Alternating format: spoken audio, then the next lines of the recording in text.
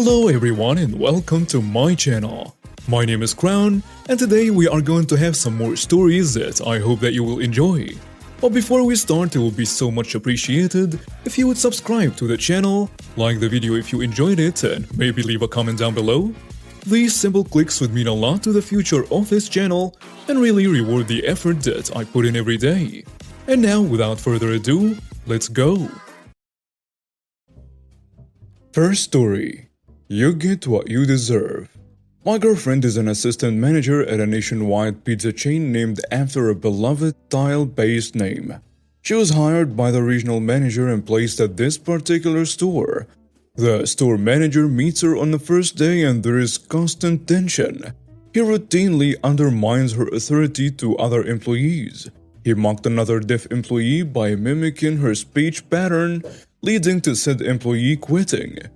He says he cannot understand Latino customers that try to order on the phone so that he can hang up, and is just in general an insensitive jerk. The final straw came when late one night last week, a black gentleman and an Asian gentleman came in to order. The Asian gentleman is visibly intoxicated, so the black gentleman sits him down in a chair and places their order. Because of COVID-19 precautions, customers aren't technically supposed to sit inside right now, but they are not causing any problems. They are the only customers in the store, and my girlfriend is by herself. She gets to make their order when the jerk manager comes back from a delivery. They have trouble keeping drivers. Shocker. And he immediately tells them they cannot sit in the store. As the black gentleman questions why, the jerk escalates and gets louder. This devolves rather quickly to the jerk manager yelling at them to get out of my store, at which time the black gentleman says he will.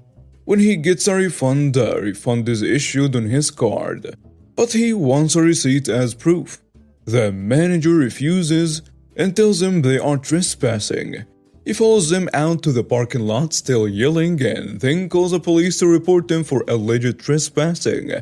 As he comes back in, he mumbles the N-word in front of my also black girlfriend. She writes a 2-page memo to the human resources outlining his offenses and sends it to the regional manager. The next day she asks the jerk manager to bring her some dough. He's across the kitchen, more than 10 feet away, and her back is to him. The dough whizzes by her ear and slams onto the table next to her.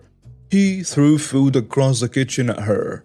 The regional manager walks in to get product for another store. She asks to speak with him and the jerk manager's face turns ashen. It turns out that the regional manager never got the email, so my girlfriend fills him in and resends the email. She went home for the day and was told that the jerk manager will be out for some family stuff, which we assumed was code for suspension. The very next day, my girlfriend is working with a jerk manager's young protege. Follows right along with whatever the elder jerk says, laughing at all his jokes and so on. The young jerk has a habit of falsifying the delivery times. He'll tell the customer it'll be 45 minutes, then wait 20 to actually enter the order so that they get 25 minutes delivery time and the store's number look good. Mind you, this is only rewarded with the manager getting a bonus, so not sure why would he risk his job for this jerk. But I digress.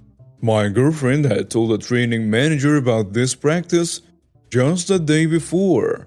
So last night my girlfriend went out to move her car to the front of the building so that it will be under the street light out front once it's dark, as she will be closing and won't leave until 2 a.m. After only 6 minutes, we were on the phone and had the exact call time. Baby jerk leaves the store unattended to ask her for her employee number so that he can clock her out for her break. Mind you, she's a manager on duty, he's just a guy that answers the phone. She tells him she's on her way back in now and to go cover the store. Around 11 p.m., Baby jerk asks my girlfriend to enter a falsified order. She says no, that's against store policy. Well, baby jerk didn't like that one bit. He storms off in a huff and sits down in the back and eats what was left of his lunch. After being by herself during a rush for more than 20 minutes, my girlfriend finds him and ever so sweetly asks if he's clocked out for his break. Well, Baby Jerk didn't like his own medicine one bit. He gets pissy and says he's got to go. Family emergency. And he clocks out. Now during this time, another black of ours that is also a black woman has entered the store. She's actually been recommended as an employee to the regional manager who was supposed to go for orientation today. Although, as you'll see shortly, that did not come to fruition. I only mention this to say that she has a regional manager's phone number. That's a surprise tool that will help us later. Baby Jerk is now clocked out for a supposed emergency but takes the time to tell the black woman that she's not allowed to stand there. She was standing at the plexiglass partition on the customer side chatting with my girlfriend as she continued to work through orders by herself. My girlfriend tells him that she's fine and she can be there. Leave her alone. Baby Jerk takes after his mentor, and he escalates a non-problem into a full-blown altercation. The black woman asks for his name, saying that she's going to report him to the regional manager, and uses the regional manager's first name to imply that she knows him. He refuses, and my girlfriend gives his first name. Baby Jerk then loses it, saying he's reporting my girlfriend to the human resources for giving out his first and last name. My girlfriend laughs at him, says she didn't, we can run the tapes back if you want. What he fails to realize is that he's not even important enough for my girlfriend to have even learned his last name. She couldn't have told her if she wanted to. Baby Jerk isn't having it, and says he's going to call the police on the black woman for trespassing. Sound familiar? My girlfriend asks the black woman to please leave before anything unwarranted happens. As she walks out, the Baby Jerk follows her for her car, still talking crap and threatening to call the police. A 6'3", 300 pounds white man followed a 5'5", 110 pounds black woman back to her car at midnight. After getting into her car, the black woman informs him that she feels threatened and is armed. This being a 2A friendly state, she is well within her rights to do so. At this point, little Baby Jerk is scared and begins calling the police to report the scary black woman trespassing and threatening him. He takes a picture of her license plate and walks out into the parking lot.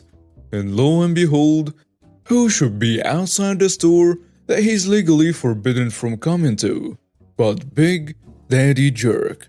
Turns out, he's been parked outside for the last 30 minutes or so, directly next to my girlfriend's car. Daddy and Baby Jerk put their heads together and come up with a good story for the cops as the black woman leaves. My girlfriend had called me and asked me to come up to the store as she didn't feel safe, knowing that Daddy Jerk was suspended and lurking in the parking lot at midnight next to her car. I pull in just as our black woman friend is leaving, and I catch the tail end of the phone call to the police, as Baby Jerk tells them that her boyfriend just pulled up and describes my car. I park, leave my pistol in a glove box, and go into the store. I told my girlfriend that Baby Jerk just called the police, and I placed an order for a pizza to have a reason to hang around. My girlfriend is still alone in the building working through the orders by herself, while Baby Jerk is outside for his family emergency, plotting with Daddy Jerk. 3 officers arrive and ask to speak with my girlfriend. They wait patiently for her to finish putting the last pizza in the oven. They ask if our friend had threatened Baby Jerk. My girlfriend says no, adding that we can check the cameras if they would like. The officer said that wouldn't be necessary, and implied that they were just going to take a report and that nothing would come out of it. They are tired of being called to this same store for nonsensical people of color trespassing calls, this being the second one in 3 days, and yet another in a long line. Not even asking for our friend's name, because they are not going to follow up on it and they leave. One of the delivery drivers has come back and helps my girlfriend finish a few orders, but it's time for him to go home. Baby Jerk has made his way back inside the store at this point, and my girlfriend asks the driver to call the next manager at the store down the road to come down. The driver responds that said manager is in the parking lot. Turns out, he's out there chatting with Daddy Jerk.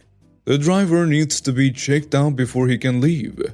Baby Jerk pipes up that he can check him out. Mind you, only a manager can do that. And Baby Jerk isn't even on the clock as he had a family emergency. My girlfriend says, no, I can do that, and goes outside with the driver. Baby Jerk follows right behind and looks at me, seeing a bald white man and expecting an ally, and says, "Sorry, I guess our assistant manager is going outside, huh?" Shrugging his shoulders, leaving me alone in the store. Mind you, I've been standing in the store for 30 minutes now, and no one has told me I couldn't be there. After the driver has been checked out and left, my girlfriend, the manager from the nearest store, and Baby Jerk comes back inside. Baby Jerk proceeds to lay out his plan to report my girlfriend to the human resources for something. My girlfriend calmly says that it's not true, and once again, we can watch the tapes. Baby Jerk starts cursing and flipping my girlfriend off, and the manager from the nearest store, who's afraid of confrontation, is practically begging Baby Jerk to leave. He storms out, gets in his car and pulls right up behind my girlfriend's car, locking her in, talking to Daddy Jerk, who's still lurking outside. My girlfriend asks me to go outside and make sure they are not vandalizing her car. So I lean against my car across the parking lot and glare at them silently while pleasantly smiling. They finish up their conversation and both drive slowly away.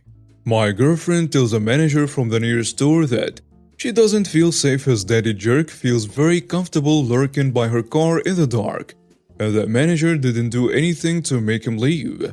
My girlfriend tells manager that she's leaving and not finishing her shift. The manager from the nearest store says that he will have to write up both Baby Jerk and my girlfriend for not working as a team. After we get home, the manager from the nearest store texts and asks to set up a medication between the two tomorrow. Daybreak comes and my girlfriend gets a call from the regional manager that hired her. He wants to hear from her what happened. My girlfriend explains the whole situation, with the regional manager fluctuating between various states of incredulity. When she gets to the part about Daddy Jerk being outside in a parking lot at midnight, I could hear the regional manager say "what?" over the phone. I hadn't been able to hear him before that. Turns out, neither Baby Jerk nor the manager from the nearest store had mentioned in their statements that Daddy Jerk was on the premises, since he was already suspended. He wasn't supposed to be on the property at all. That clearly shows that they were all colluding together in this situation. The regional manager says there is no need for a mediation meeting after all, or writing her up, and he thanks my girlfriend for letting him know. A short while later, in the WhatsApp group that the managers share, a message was sent out stating that Daddy Jerk was suspended and wasn't allowed at any franchise location, even as a customer. He was given a warning that if he was seen, he would be reported to the police and the regional manager immediately.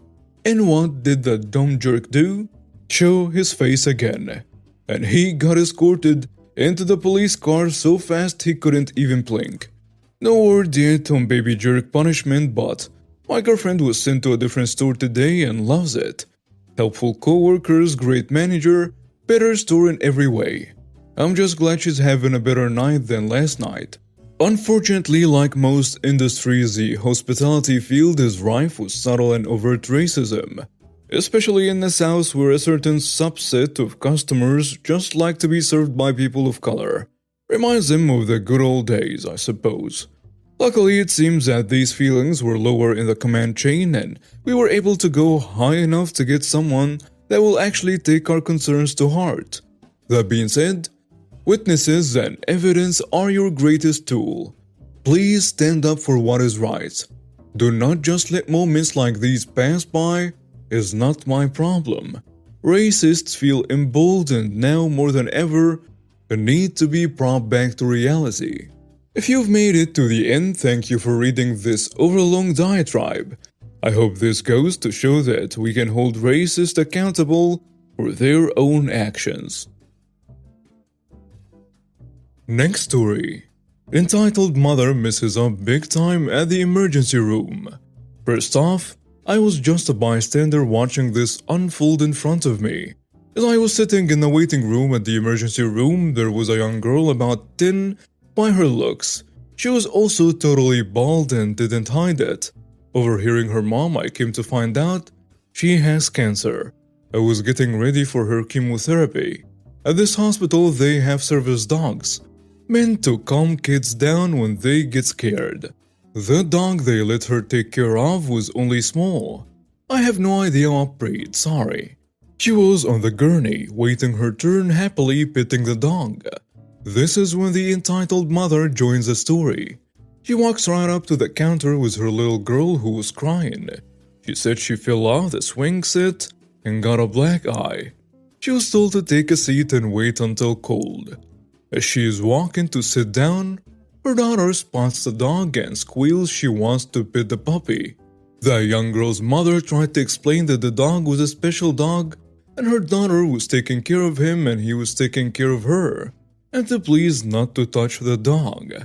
The entitled mother did not like this, and she started at a very high volume where everyone could hear her. "My baby wants to bed the mutt. She's going to bed the mutt." She put her hands on her hips like she's already won the fight.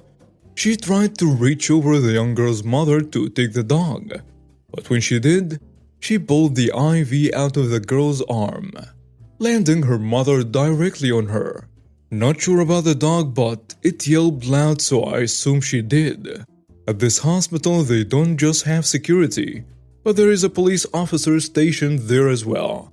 Both security and the cop grabbed the entitled mother and put her to the floor hard.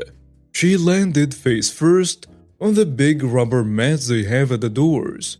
In seconds, she was cuffed and hauled into the security room, the whole time screaming about all the things an angry entitled mother does. Her daughter was taken to a quiet room with a nice nurse, while other nurses worked on getting the poor young girl hooked back up to everything. The poor little dog was so scared he was useless to the girl. Luckily, they have more than one dog on site at all times. This time they brought her a German Shepherd. After I was seen and on my way out, I saw one of the security guys and asked him how things ended. Since I was seeing the doctor, he laughed and said she got trespassed from the hospital and its property, resisting arrest, assault on the cop. I guess she scratched his face enough to make it bleed, interfering with a service animal while it's on duty, assault on the young girl and her mother. If there was more, I cannot remember. I just wish I was there when they took her out screaming and kicking. And now we have reached the end of today's stories. Thank you for watching and see you next time.